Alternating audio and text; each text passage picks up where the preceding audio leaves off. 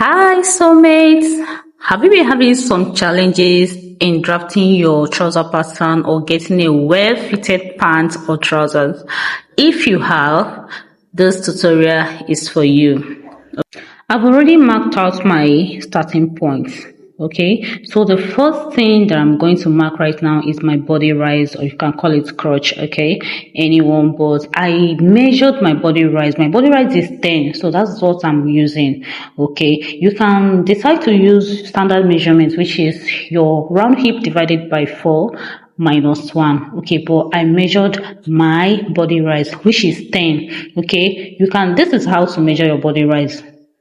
Okay, on the screen you will see how to measure your body rise. So I'm marking my body rise, which is 10, and after that I'm going to mark my full length. Okay, my full length, I'm just using the length of this paper, right? I'm using 34 inches right here as my full length. Yeah, I'm making use of 34 inches here as my full length. Okay, you can measure your full length to be sure of your full length, but I'm just using this. So after that, I'm adding 2 inches allowance. That is folding allowance. That's what I added right now. So after that, you are going to divide, just like I'm doing it, the distance between your full length and your body rise. Okay, you are going to divide it into 2, just like I'm doing it right now. Divide it into 2 and mark. We are just trying to get your new length and mark. Then come up by 1.5 inch, just like I did. Come up by 1.5 inch and rule your line. So this particular line will be called your new line. Okay, so you connect your horizontal lines. So the next thing, you can decide to label your pattern so that you know what you're doing. This is my body rise line, this is my new, and this is my full length. Okay, yeah. So the next thing that I'll be marking right now, and that up, which is my starting point, I'm using it as my waistline. That's where I'll be marking my waist measurement right now. So my waist, so I'll be using, first of all, I'll divide my hip by 4. My hip is 44 divided by 4 will give me 11. This is what I mark on my waist. Then I'm marking the same thing on my hip. Whatever you mark on your waist, you are marking it on your hip. If you divide your hip by 4 inches, by 4, you will get 11. So use your own measurements. You will mark it on your waist and still mark on your hip, just the way I did. So after that, the next thing I'm marking right now is my lap. My lap measurement is 28 divided by 2 will give me 14. So I'm marking my 14 right now. So after that, I'm going to measure here the distance from my body rise to my lap, just the way I'm measuring it right now. You measure the distance, whatever you get. I got 2.7. Whatever you get, you still mark it up. Just watch what I'm doing. Okay, you see, mark it. I'm trying to get a square line here. So this square line that I'm getting right now is going to guide me when I'll be making my curve. Okay, so you do exactly what you are seeing me doing right now. So after this, I'm just drawing a guideline. What I'm doing right now is drawing a guideline. Okay, I'm drawing a guideline before I curve out my crotch. Okay, so then I'm using my curve. So from where I drew, from this line that I draw now with my pencil, you will make sure that your curve does not go above the line. Okay, it will rather be under. Just the way I curve it will give you a perfect shape on your body rise area. Okay, so after that, the next thing we are going to do right now is to come down by 1/2 inch from this center front line. Come down by 1/2 inch. Okay, after that we are going to measure your waist.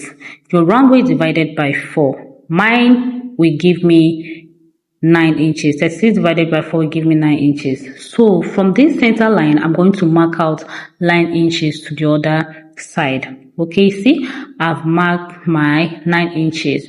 So after this right now, the next thing that I'm going to do now is to use a curve ruler and curve out my hip line. So that particular shape now is my hip side, right? So that's why I'm using the curve to curve it, so that it will give me that rounded shape for that hip. Okay, so I'm still going to use straight ruler and connect that ½ inch that I come down on that center front. Yeah, I'll mark it. Then the next thing is to mark my knee length. You know, this is a straight pant, right? So I'm using 20 inches as my leg measurement. Okay, I'm not using my normal new measurement, so I just use 20 inches. You can decide to use more than, so 20 divided by 2 is 10. So the 10 inches is what I marked. And I'm going to mark the same thing on the full length, okay, because it's a straight trouser, right? So I'm marking the same thing I mark on my knee on the full length. Okay, so after that, the next thing you are going to do right now is to connect your lines. Connect the points that you marked using a straight ruler. Okay, if you want to use more than 20 inches as I use on your nail length, is still okay, but right now let's connect our lines. I'll use my straight ruler to connect my lines. Okay, I connected my nail length, my full length, and my body rise line. Then this is the folding part. This is the allowance you use to fold the leg of your trouser, right? Yeah.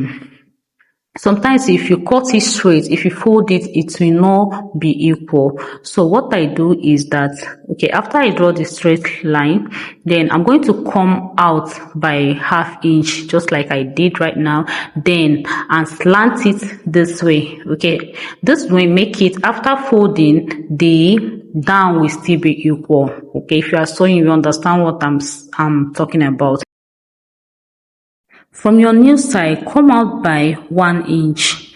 If your nail entered inside where, you can decide to come out by 1.5, but right here I'm using 1 inch. Then from the other shaping side, you come in by 1 inch. You come out by 1 inch this side, then the other side come in by 1 inch. Okay, you do the same thing on the full length of the trouser. Come out by 1 inch, and the other side you come in by 1 inch. I hope you are seeing what I'm doing. Just watch what I'm doing. Then from this 1 inch, you connect it back. The other line, we are not making use of it again. This is so that we will not have any shaping error. Sometimes if you if you finish sewing your trouser, this new place we have a funny shape. So you will make it look like a straight line here. Okay, use your marker, whatever you are using, to blend the line so that it will not be curvy or have a funny shape at all, especially after sewing it. Okay, this is how it will look. Okay, yeah, you can decide to come out by 1.5 inch to make it look very straight. Okay, yeah, you still mark it down to your full length. Mark it down to your full length, just the way I'm doing it right now, making sure that ½ inch is still there. So I'm just cancelling this line so that you know that is not where we are cutting through if we are cutting. So the other side again, you also curve it to your hip side like this. You can use your curve ruler so that it will give you that curvy shape around that hip area. Okay, so that's why I'm using my curve ruler to get that rounded shape on that hip side. Okay, so our trouser is ready. So you see how simple and very straight to the point that it is. So now we are going to cut it out. We are done drafting this trouser. That is how simple it is. So if you follow this step and get your measurement very well, we are going to get an accurate straight pant. Okay, so you cut out your trouser pattern. This one is the front. Okay, this is your front pattern. After cutting it, we are going to move on to the back pattern. Okay, so let's cut.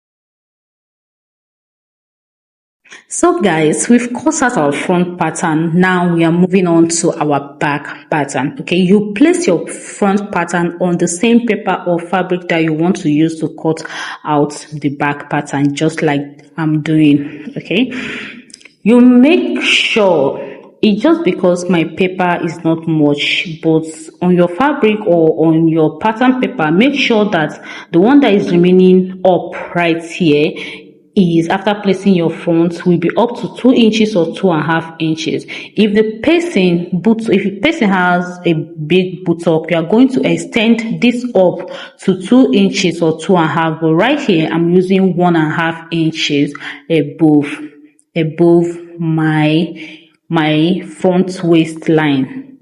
Do you understand? I'm using 1.5 inch above my front waistline. So I'm trying to tape my front paper down so that it will not be moving around when I'm drafting. Okay, so I've taped it down. So let's move on. So the next thing we are going to do now, so I'm still making sure that allowance above is up to 1.5 inch like I want.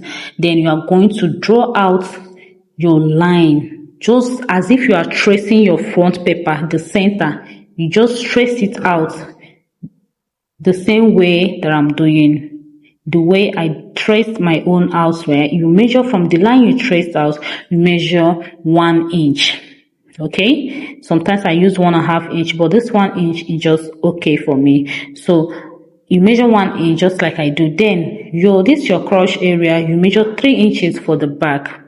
From the front body rise, you measure 3 inches for your back. Then come down by 0.3 inches, just like I'm doing it. Okay, so the next thing that you are going to do right now is to raise up your front pattern and use curve ruler like this and curve your back body rise the way that I'm doing it. Okay, it doesn't need to be like very curvy. It doesn't need to be very curvy at all, because just like it's entering inside, so it doesn't really need to be curvy. So remember that I minus 1 inch from there, the 1 inch that went inside that gave us this kind of curvy shape.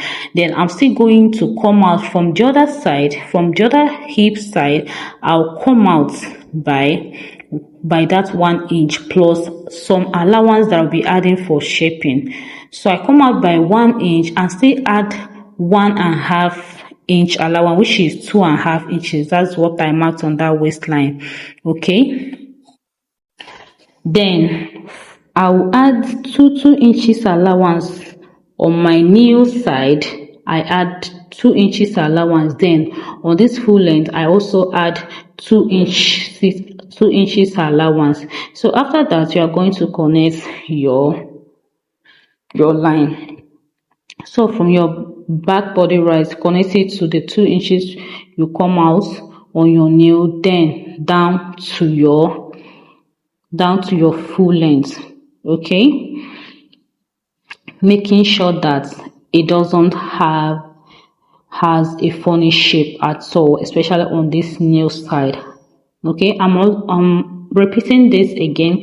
Make sure that this your nail side doesn't come too curvy. Okay, make it a little bit straight on the new part. Okay, so after that, I'm going to slant this waist, back waist. From the center front, I slant it down to that hip side. Okay, remember I came up by 1.5 inch, so it's from that 1.5 inch you slant it back, reach the allowance that you marked. Just watch what I'm doing very closely, very close. Then you are going to mark, you can use your curve ruler and mark this thing. You are going to curve from that your back new waist, you are going to curve it to your hip. Okay, from the hip down for that side, I didn't add any measurements. It's only on the waist that I added my measurements. Then other measurements come from this front side, just like you see me do it right now. So we're almost done with our trouser right now. I'm done drafting. So the next thing we are going to do is that we are going to cut it out. So this trouser pattern is really very easy if you understand it well. Try to get your measurements, your accurate measurements. Okay, then every other thing will be as easy as possible. It's very easy, trust me. Just try this pattern. It's not difficult, it's just straight to the point, and it will give you the results that you'll be wanting for a long time. Okay, so this is our front and back pattern together. Trim up this part, so I trim it off. So we are done. This is our trouser pattern. Isn't it simple? Yeah. Thank you guys for watching. Please try and subscribe for more. Bye.